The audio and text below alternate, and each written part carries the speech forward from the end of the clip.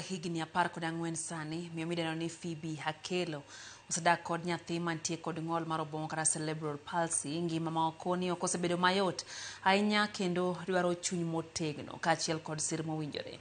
To odiochieng'ni ma kawuono ma piny ngima dhialo jogo mantie kod ng'ol mar obwongo, weche mag akweda, garama mag yedhe kaachiel kod nok mag kuonde rito jok ma kamago koni pod en midhiero mapek. Jafwambo marwa Mombasa George Aoko ne otimone limbe e ode kendo miyowa ripot e yo machal kod ma. En od Phoebe Hakelo manie gweng' ma Chuda, Mombasa.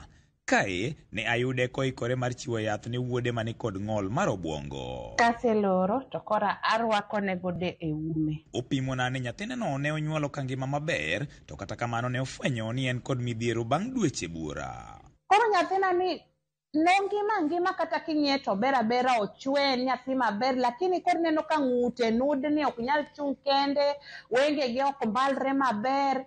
Kaso koro rieruok moro nobiro ma koro nokanyal ng'e ni en mane. Koro nafwenyo tuoni ka en gi dweche 6 monego bed ni nyathi bet, to koro nokobet maber. Kata kamano, ngima onyisa ni ok osebedo ne mayot ahinya gi familia mare, to chutho i wach rito nyathino. Samoro moro modonje familia no, ado wacho ni nedo ka familia te bedo mong'ol. Bedo mong'ol e yo mane?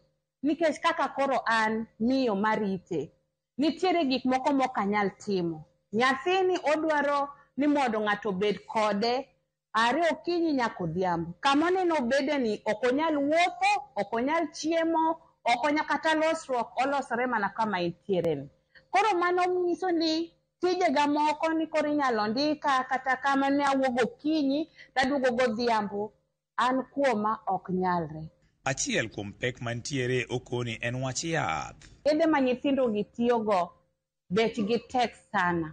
Kaka an seche ma awacho ni dwe yedhe gi nikech en yedhe mopogore opogore, anyalo tiyo gi 30,000.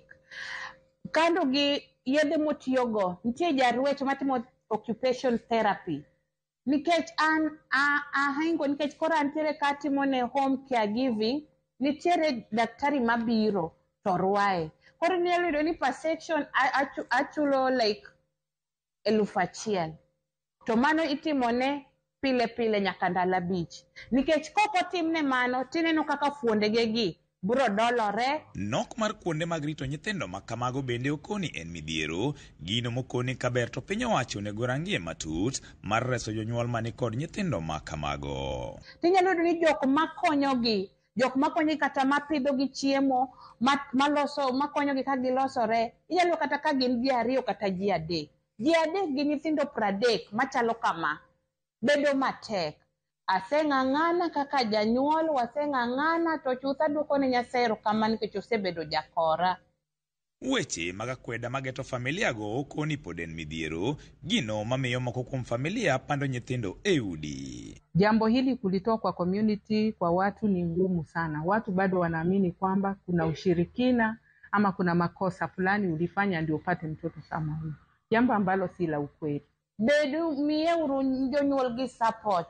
Lemnegi uru. Kik uchak siemogi ni notimo kama, maybe kidhi kanisa, maybe nini timo richo moro, ka in e anyuola maybe nitimo gimoro makwero, ka intiere piny ka, walemnegi nikech ngima to Nyasaye machiwo. To e odiochieng'ni ma piny ngima dhialo jogo mani kod ng'ol mar obwongo, kwayo en ni piny owacho ranggi kod wang' mamuol kendo jolgi e weche mag yedhe to kod kuonde ritogi. Nasema kama serikali ingekuwa inatenga, ijue watoto kama hawa wako, wawatengee shule ambazo ziko karibu na mahali ambapo wazazi wanaweza wafikisha kwa urahisi, itakuwa jambo nzuri sana. Okang' maneno ko ogoyo chakre aware ka in dweche 6 manyaka sani, koro wagi kode higni 14. Waneno okang' matin lakini waneno ka en gi pogruok. George Aoko, Ramogi TV, Mombasa.